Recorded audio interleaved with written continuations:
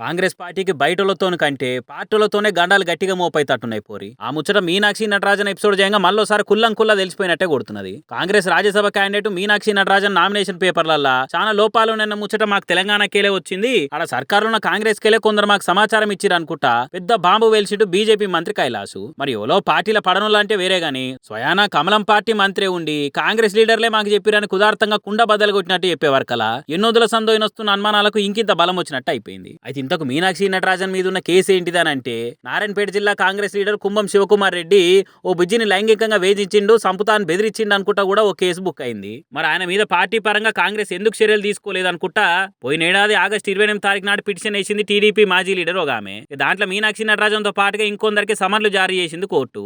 Rajya Sabha nomination పత్రాలల్లా ఈ ముచ్చటను మొత్తానికే చెప్పుకోలేదు అనుకుంటా ఎన్నికల కమిషన్ నామినేషన్ కొట్టేసింది. అవి ఆడ మోపైంది పంచాదంతా. రాష్ట్రంలో మొత్తం ఏమేమైతున్నది, ఈడున్న హస్తం గవర్నమెంట్ తో పబ్లిక్ ఎంత నారాజులు ఉన్నారు, లోపల ఎన్ని ఆగంకతలు అవుతున్నాయి, ఇగో ఇవన్నీ మీనాక్షి నటరాజనే హైకమాండ్ దృష్టికి తీసుకుపోతుందనే ఆమె మీద తెలంగాణలో ఉన్న కేసుల వివరాలన్నీ కావాలనే సీక్రెట్ గా మధ్యప్రదేశ్ బీజేపీ లీడర్ల చెవులేసి ఆమె నామినేషన్ కొట్టేసి తీరి చేసిర్రా అనుకుంటా పొలిటికల్ సర్కిల్ పొట్టు గుసగుసలని వస్తున్నాయి. ఇటువంటి డౌట్లు పుట్ల కొద్ది తిరుగుతుండే వరకలా మీనాక్షి నటరాజన్ ముచ్చటతోనైనా కాంగ్రెస్ హైకమాండ్ కళ్ళు తెరిస్తే బెటర్ అనుకుంటా హ్యాండ్ పార్టీ పెద్దలకు బ్లైండ్ గా నమ్మకూరి మీవోలునని సలహాలు ఇస్తురట కొందరు. ఈడైతున్న ముచ్చట్ల మీద ఉప్పును పట్టుకపోయి మధ్యప్రదేశ్లో మసాలా కలిపి షేరేస్తుంది ఎవరో తెలుసుకోలేనంత అమాయకులు ఉంటే ఇక కాంగ్రెస్ ను చూసి అయ్యో పాపం అనుకోవాల్సిందే. గ్రూప్ పంచాదులు గుసగుసలతోనే పలసగైతున్న పార్టీ లీడర్ల పతార నడమ తెలంగాణలో ఇసొంటి కాకుండా ఇప్పటికైనా హైకమాండ్ పని మీద పడితే మస్తు బెటర్ ఉంటది అనుకుంటే మంచి మాటతో చెప్తున్నారట. మీనాక్షి నటరాజన్ ఎపిసోడ్ లో ఏం జరిగిందో ఎట్లా జరిగిందో ఎవరు ఎన్నుకున్నారనేది కాంగ్రెస్ లోపల ఎంక్వైరీ చేయించుకోవాలి, లేకుంటే రేపే ప్రమాదమే. మరి ఉందేలే చరిత్ర కాంగ్రెస్ పార్టీకి ఇది అవమానం అనే చెప్పాలి.